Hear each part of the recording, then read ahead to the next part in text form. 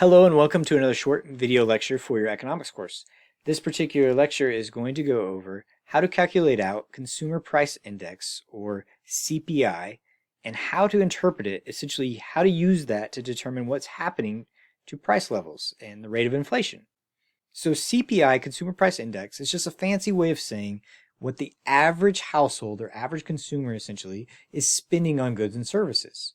And whenever we talk about that, we're talking about it in terms of a cost of a basket of goods and services, or what you typically would see consumers spend money on. And what it does is it allows us to get a number, the CPI, and determine what price levels are doing for those particular goods. And then we get a good base rate of what inflation is doing, what average price levels are doing. Because if we don't, then sometimes we might have prices increase for, let's say, housing, rent, etc., and gas may be going down. And if we only look at one price and not the big picture of what a typical consumer is spending on, we're not going to get a good idea of what's happening with price levels and how that affects wages and consumption. So that's where our CPI comes into play.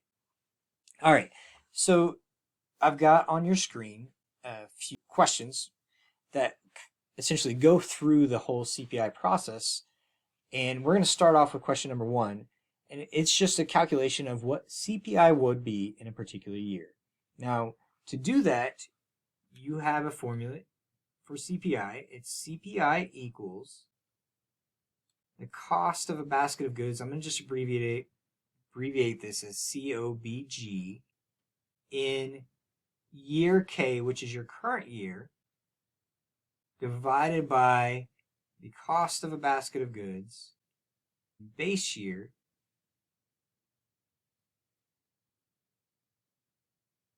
times 100. So that's our formula that we're going to utilize as we go through here.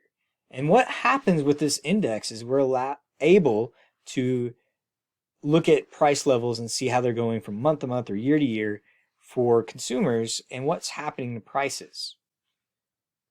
So base year is literally just an arbitrary year that you pick. This is where we're going to anchor to and then determine what our rate of inflation is. So the first one says, what was the CPI for this particular area using this chart in 2012? So CPI in 2012 equals, and this is where our year K, our current year that we're looking at, what the cost of a basket of goods comes into play. So that's where that $1,421 is used, 1,421 divided by our base year, 1,225, and that will never change. Our base year never changes, times 100. And so if you do this division, you would end up with 1.16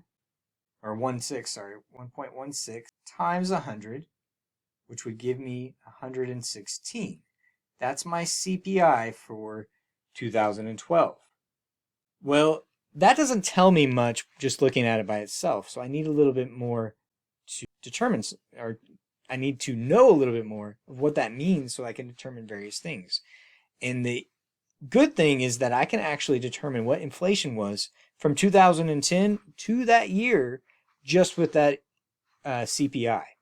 The reason is because my base year that I anchor to allows me to always subtract it out. It allows me to anchor that to that and just remove it, essentially. That may have been confusing, so let me explain. If we were to look at the CPI in the base year, so CPI base year, for this particular example, and any example, we're going to end up with a CPI of 100.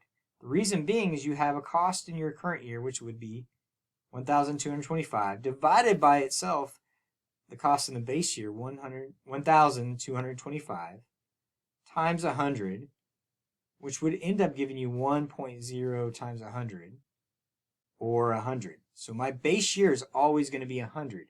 If I just remove that CPI, I know how much my price levels for the average consumer, on average goods, you could say, have increased. That's our rate of inflation. All I have to do to get the rate of inflation, so my inflation rate, I'm just going to write as, sometimes you see this as not a capital, so you could put IR. Essentially, your CPI in year K, if I can write, your current year that you're looking at, minus CPI in base year. And since my base year is always going to be 100, all you have to do is just take out that CPI minus 100, or take out that 100. So in this particular example, my rate of inflation, so I'm going to just write it as IR, 100, well, I don't know if it's 160. This is a different year, 2013. So I need to calculate actually my CPI for year 2013 before I can figure that out. So my CPI would be, for 2013, 1,372 divided by 1,225 times 100.